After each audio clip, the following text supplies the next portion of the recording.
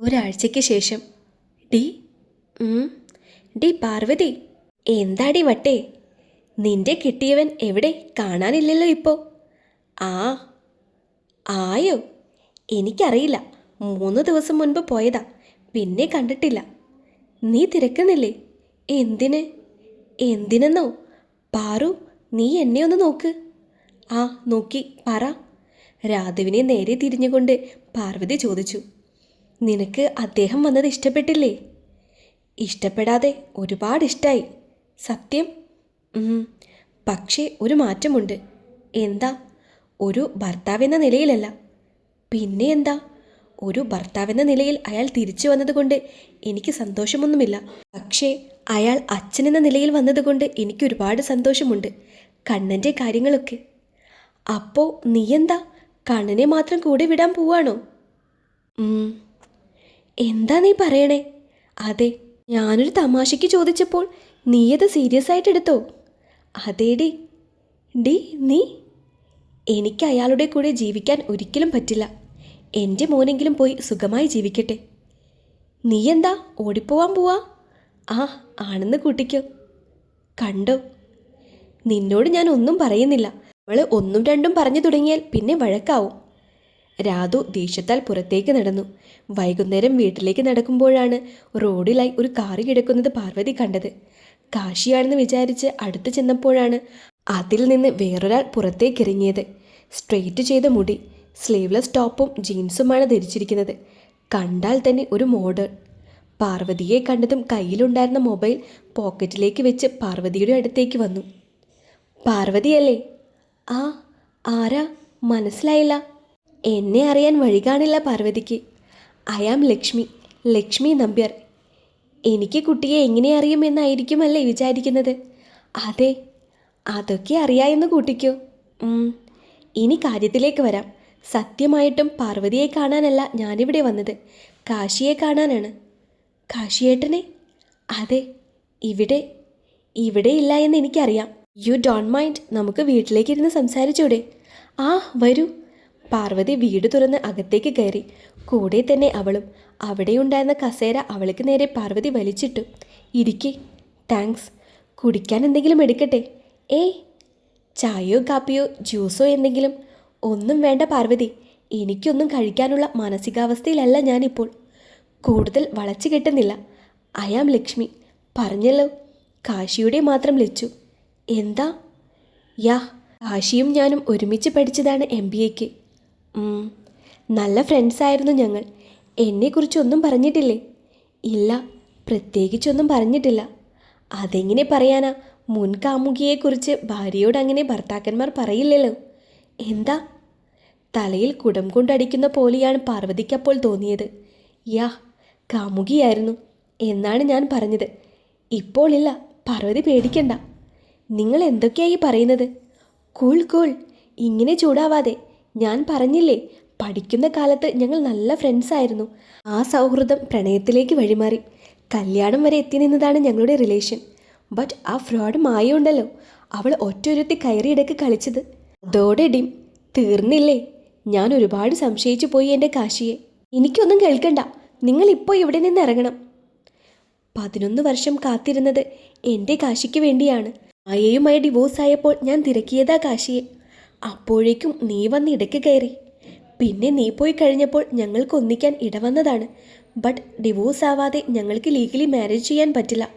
അതിനുവേണ്ടിയാണ് കാശി ഇപ്പോൾ വന്നത്. അതേ പാർവതി, സത്യം നീ ഇനിയെങ്കിലും മനസ്സിലാക്ക്. ഇല്ല, ഞാനിത് വിശ്വസിക്കില്ല. നിങ്ങളുടെ ഇടയിൽ നടന്നതൊക്കെ എനിക്കറിയാം. കാശി നിന്നോട് പറഞ്ഞിട്ടില്ലേ എനിക്കൊരു പെൺകുട്ടിയെയും സഹിക്കാൻ പറ്റില്ലെന്ന്? പറ്റില്ല, ഞാൻ കാരണമാണ്. എന്നെ മാത്രമല്ലേ കാശിക്ക് സ്നേഹിക്കാനാകൂ. ഇപ്പോൾ ഇറങ്ങിപ്പോണം ഇവിടുന്ന്. ഡീ, ഇറങ്ങിപ്പോകാനാ പറഞ്ഞത്. ലക്ഷ്മിയെ തള്ളി പുറത്താക്കിക്കൊണ്ട് പാർവതി വാതിലടച്ചു. ഒന്ന് കരയാൻ പോലും പറ്റാതെ അവൾ നിന്നു. അന്ന് വൈകുന്നേരം കാശി തിരിച്ചു വന്നിരുന്നു. രാത്രി ഒരു കട്ടിലിൻ്റെ ഇരുവശത്തുമായി കിടക്കുകയായിരുന്നു കാശിയും പാർവതിയും. കണ്ണൻ നല്ല ഉറക്കമാണ്. പാർവതി, നീ ഉറങ്ങിയില്ലേ? എന്നിട്ട് നിന്റെ ആത്മാവാണോ എന്നോട് സംസാരിക്കുന്നത്? ഒന്ന് പോടി. പാർവതി കാശി പറയുന്നത് ശ്രദ്ധിക്കാതെ ഒരു വശത്തേക്ക് കിടന്നു. ഡീ, എന്താ? നീയൊന്ന് എഴുന്നേറ്റ് പുറത്തേക്ക് വാ. എന്തിനാ? വാ. മറുപടിക്ക് കാത്തു നിൽക്കാതെ കാശി പുറത്തേക്ക് നടന്നിരുന്നു. പാർവതി പുറത്തു വന്നപ്പോൾ മുറ്റത്ത് നിൽക്കുകയായിരുന്നു കാശി. എന്താ? വാ. എങ്ങോട്ട്? എങ്ങോട്ടായാലും ഞാൻ വിളിച്ചാൽ നീ വരില്ലേ? നീ എൻ്റെ കൂടെ? ഇല്ല. കാശി ദേഷ്യത്തിൽ പാർവതിയുടെ കയ്യും പിടിച്ച് പുറത്തേക്ക് നടന്നു. എന്നെ വിട്, മോൻ തന്നെയുള്ളൂ. അത് കുഴപ്പമില്ല. കുഴപ്പമില്ലാന്നോ? എന്തൊക്കെയായി പറയണേ? പെട്ടെന്നാണ് അവിടേക്കൊരു കാറ് വന്നത്. കാറിലുണ്ടായിരുന്ന 3 പേർ പുറത്തേക്കിറങ്ങി. കാശിയുടെ മുൻപിൽ അനുസരണയോടെ നിന്നു. കാറിൻ്റെ കീ കൊടുത്തു. ഓക്കെ രാജേഷ്, ഞങ്ങൾ വരുന്നത് വരെ നിങ്ങൾ വീട്ടിൽ കാണണം. Okay sir. അവരെ ഒന്ന് നോക്കിയ ശേഷം കാശി പാർവതിയുമായി കാറിലേക്ക് കയറി. കാർ വേഗത്തിലാണ് കാശി ഓടിച്ചിരുന്നത്. പേടിച്ച് പാർവതി മുന്നിലിരിക്കുന്നുമുണ്ട്. എവിടേക്കാ? നരകത്തിലേക്ക്. ഞാനിപ്പോൾ അവിടെയാണല്ലോ. പാർവതിയുടെ ചോദ്യത്തിന് മറുപടി പറയാതെ കാശി ഡ്രൈവിംഗ് തന്നെ ശ്രദ്ധ ചുമത്തി. അവരുടെ യാത്ര ചെന്ന് അവസാനിച്ചത് ഒരു വലിയ ബംഗ്ലാവിന് മുന്നിലായിരുന്നു. കാർ പോർച്ചിൽ കാർ പാർക്ക് ചെയ്ത ശേഷം കാശി ബംഗ്ലാവിനകത്തേക്ക് നടന്നു. എന്തു ചെയ്യണമെന്നറിയാതെ അവസാനം പാർവതിയും അവൻ്റെ പുറകെ നടന്നു. അപ്പോഴാണ് ഹാളിലിരിക്കുന്ന കാശിയെ അവൾ കണ്ടത്. എന്തിനാ ഇപ്പം എന്നെ ഇങ്ങോട്ട് കൊണ്ടുവന്നത്? അതൊക്കെ പറയാം. ആദ്യം നീ മുകളിലുള്ള മുറിയിലേക്കൊന്ന് ചെല്ല്. അവിടെ ഒരു ഡ്രസ്സ് വെച്ചിട്ടുണ്ട്, അത് ഇട്ടിട്ട് വാ. പിന്നെ എനിക്ക് വട്ടല്ലേ, ഒന്ന് പോടോ. ഞാൻ പറയുന്നത് നീ മര്യാദയ്ക്ക് കേട്ടോ. പിന്നെ ഞാൻ ഇപ്പോൾ കേൾക്കും. എന്നാ നീ ഇന്ന് ഇവിടുന്ന് പോവണ്ട. ഇയാളെ കൊണ്ട് വലിയ ശല്യമായല്ലോ. പാർവതി ദേഷ്യത്താൽ മുറിയിലേക്ക് നടന്നു. ഒരു വലിയ മുറിയായിരുന്നു അത്. അവിടെ ഉണ്ടായിരുന്ന കവറിൽ നിന്നുള്ള ഒരു വെള്ള ഫ്രോക്ക് അവൾ ധരിച്ചു. അപ്പോഴാണ് കാശി അവിടേക്ക് വന്നത്. നിങ്ങൾ പറഞ്ഞ പോലെ ചെയ്തു. ഇനി എന്താ? പറയാം. നീ ആദ്യം കണ്ണടയ്ക്ക്. എന്തിനാ? അടയ്ക്കേ. ഇയാള്. പാർവതി കണ്ണടച്ചതും കാശി പുറകിലൂടെ വന്ന് അവിടെ കണ്ണുപൊത്തി. അവൻ അവളെയും കൊണ്ട് മുൻപോട്ട് നടന്നു. സ്ഥലമെത്തിയപ്പോൾ കാശി കൈമാറ്റി. ഇനി തുറന്നു. പാർവതി പതിയെ കണ്ണു തുറന്നു. ഒരു മുറി ആകെ പിങ്ക് നിറത്തിലുള്ള ബലൂണുകളും കൊണ്ട് അലങ്കരിച്ചിരിക്കുന്നു. ബെഡിലായി വിതറിയ റോസാപ്പൂക്കൾ. ഇത് happy anniversary my love. Kashi പതിയെ പാർവതിയുടെ കവളുകളിൽ.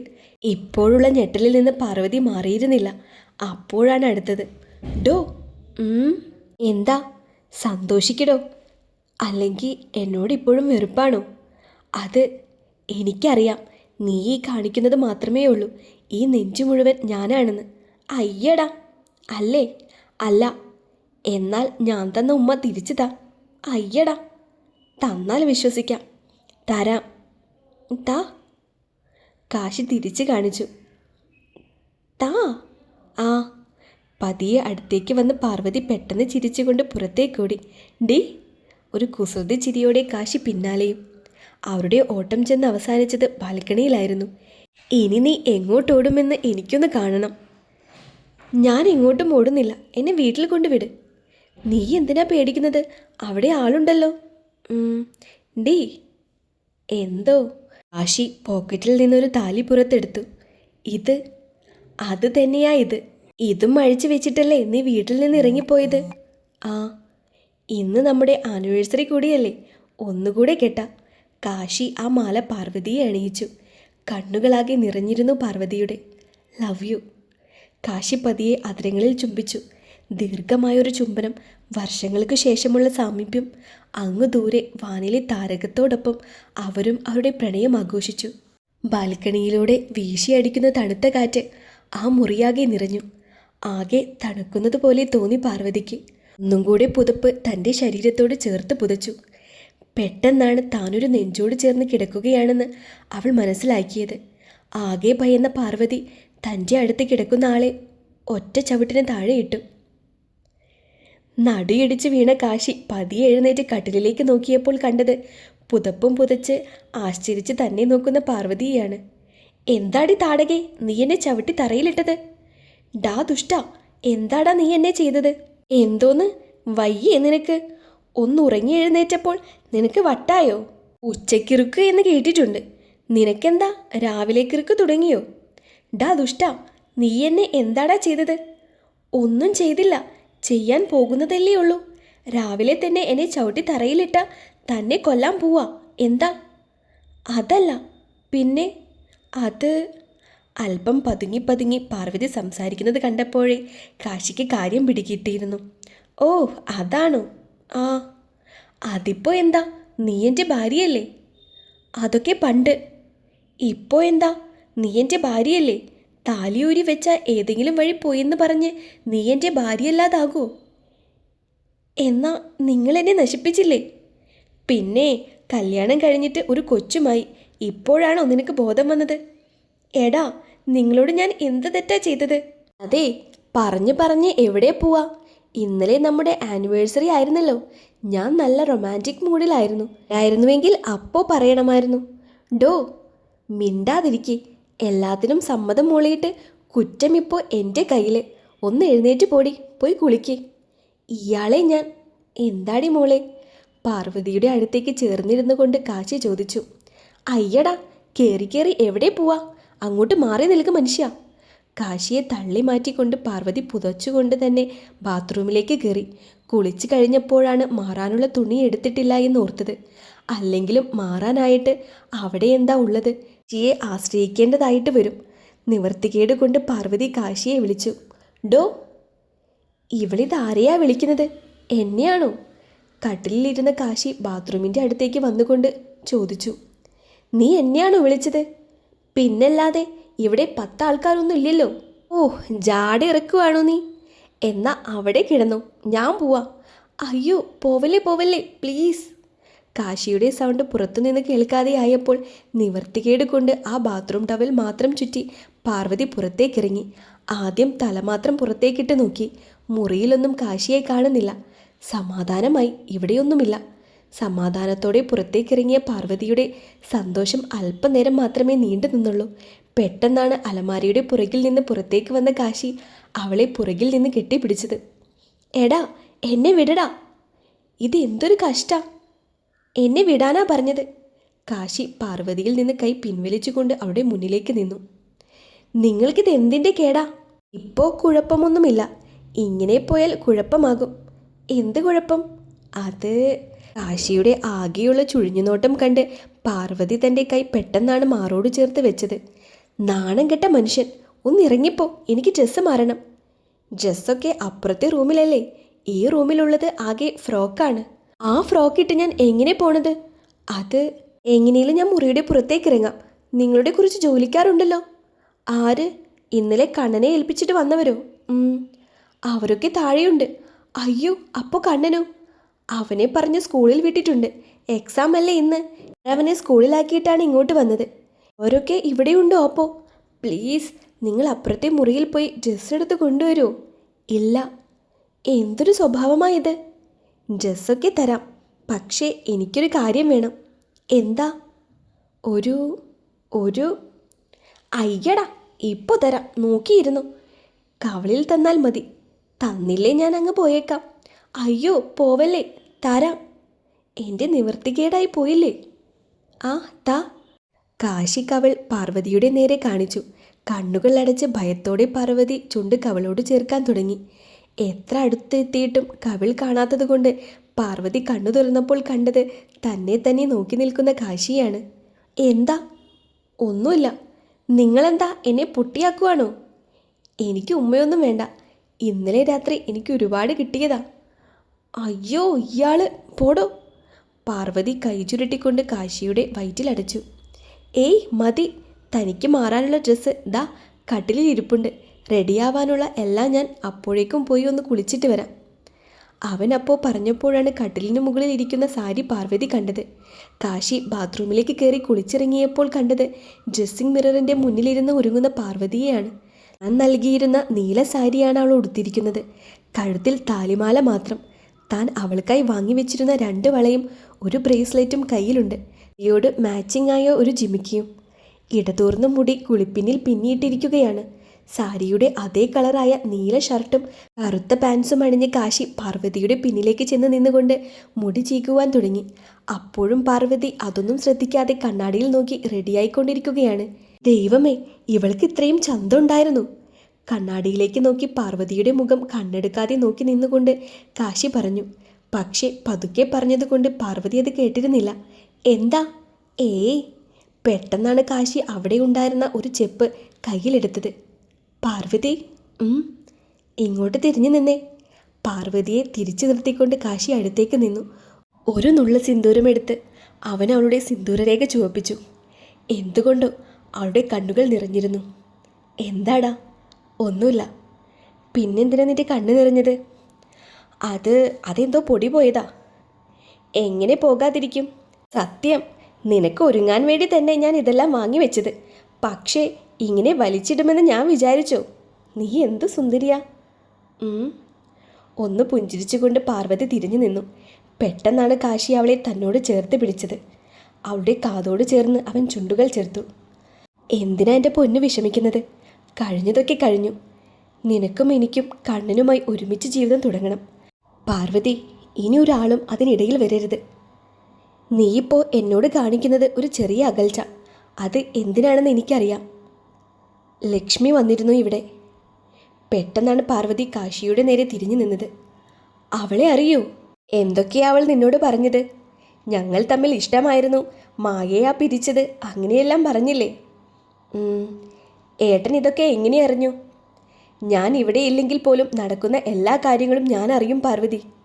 അപ്പോൾ എല്ലാം സത്യമാണോ? അതെ, സത്യമായിരുന്നു. ഒരു കാലത്ത് ഞാൻ സ്നേഹിച്ച പെണ്ണ്, അവൾ മായ വന്ന് ഞങ്ങളെ പിരിച്ചു. എന്തിന്? കാശിയെ നീ അറിയാൻ ഒരുപാടുണ്ട്. ഹിമ, അവളുടെ കാര്യം പറഞ്ഞായിരുന്നു മായയെല്ലാം നടത്തിയത്. അവസാനം അവൾ വിരിച്ച വലയിൽ ഞങ്ങൾ വീണു. ഞങ്ങൾ പിരിഞ്ഞു. അയ്യേ, എന്തിനാ എൻ്റെ പൊന്ന് കരയുന്നത്? എൻ്റെ മുഖത്തേക്ക് നോക്ക്. 11 വർഷമായി ഞാനും അവൾ നേരിട്ട് കണ്ടിട്ട്. ഇടയ്ക്കൊക്കെ വരുമായിരുന്നു, മെയിൽസൊക്കെ. അത് ഞാൻ ഇഗ്നോർ ചെയ്യുമായിരുന്നു. നീ എന്ന് എൻ്റെ ലൈഫിൽ വന്നു അന്ന് തൊട്ട് ഒരുത്തിക്കും മനസ്സിൽ സ്ഥാനം കൊടുത്തിട്ടില്ല ഈ കാശി. നോക്കു പെണ്ണെ, ഈ നെഞ്ചു മുഴുവൻ നീ മാത്രമാണ്. പാർവതി കാശിയെ വാരിപ്പുണർന്നു. ഇങ്ങനെ കെട്ടിപ്പിടിക്കാമോ? എന്ത്?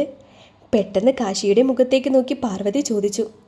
അല്ല, നീ ഇങ്ങനെ കെട്ടിപ്പിടിച്ചൊക്കെ ഞാൻ എന്തെങ്കിലും പ്രവർത്തിച്ചാൽ പിന്നെ നീ പറയും നിങ്ങളെന്നെ നശിപ്പിച്ചില്ലേ മനുഷ്യ എന്ന്. അതുകൊണ്ട് മുൻകൂറായി ചോദിച്ചതാണ്, ക്ഷമിക്കണം. അയ്യടാ. കാശിയുടെ നെഞ്ചിൽ പാർവതി പതിയെ ഇടിച്ചുകൊണ്ടിരുന്നു. പെട്ടെന്നാണ് മൊബൈൽ റിങ് ചെയ്തത്. എടാ, ഞാനിപ്പോൾ വരാം, ആ കോളൊന്ന് അറ്റൻഡ് ചെയ്യട്ടെ. കാശി മൊബൈലുമായി പുറത്തേക്ക് പോയി. കോൾ കഴിഞ്ഞ് തിരിച്ചു വന്നപ്പോൾ പാർവതി ജനലിൻ്റെ അടുത്ത് നിന്ന് പുറത്തേക്ക് നോക്കി നിൽക്കുകയായിരുന്നു. പോവാ നമുക്ക്. എങ്ങോട്ട്? പറയാം, നിൽക്ക്. പാർവതി തൻ്റെ കയ്യിലായി കരുതിയിരുന്ന ചന്ദനം അല്പം കാശിയുടെ നെറ്റിയിൽ വരച്ചു. അതൊക്കെ പറയാം, വാ. മുറിയിൽ നിന്ന് പാർവതിയുമായി കാശി പുറത്തേക്ക് വന്നപ്പോൾ ഹാളിൽ കുറച്ച് ആൾക്കാരുണ്ടായിരുന്നു. അവിടെ അവർക്കായി ഒരു വലിയ കേക്കും ഒരുക്കി വെച്ചിരുന്നു. കാശി പാർവതിയുമായി അടുത്തേക്ക് ചെന്നപ്പോൾ അതിൽ നിന്ന് എക്സിക്യൂട്ടീവ് ലുക്കുള്ള ഒരാൾ അടുത്തേക്ക് വന്നു. Happy anniversary sir. Thank you Manu. Happy anniversary madam. കയ്യിലുണ്ടായിരുന്ന ഒരു ബൊക്കെ പാർവതിയുടെ കയ്യിലേക്ക് മനു കൊടുത്തു. അവളത് പുഞ്ചിരിയോടെ സ്വീകരിക്കുകയും ചെയ്തു. പാറു, നോക്ക്, ഇതാണ് മനു, എൻ്റെ ആണ്. എന്ത് കാര്യമുണ്ടെങ്കിലും ഇവനോട് പറഞ്ഞാൽ മതി. പാർവതി ഒരു മങ്ങിയ പുഞ്ചിരി മനുവിനായി നൽകി. മാഡം, സാർ കേക്ക് മുറിക്കേ. മുൻപിലെ ടേബിളിലായി അലങ്കരിച്ച് വെച്ചിരുന്ന happy anniversary Parvathi and Kashi എന്നെഴുതിയ കേക്കും 2 പേര് ഒരുമിച്ച് മുറിച്ചു. പരസ്പരം കൈമാറി. മനുവിനോട് കുറച്ച് കാര്യങ്ങൾ ഏൽപ്പിച്ച ശേഷം കാശി പാർവതിയുമായി നേരെ തിരിച്ചു. അവർ പോയത് ഹോസ്പിറ്റലിലേക്കായിരുന്നു. ഹോസ്പിറ്റലിൽ അടുക്കും തോറും കോ ഡ്രൈവർ സീറ്റിലിരുന്ന പാർവതി കാശിയുടെ കയ്യിൽ ഭയത്തോടെ അമർത്തി പിടിച്ചു.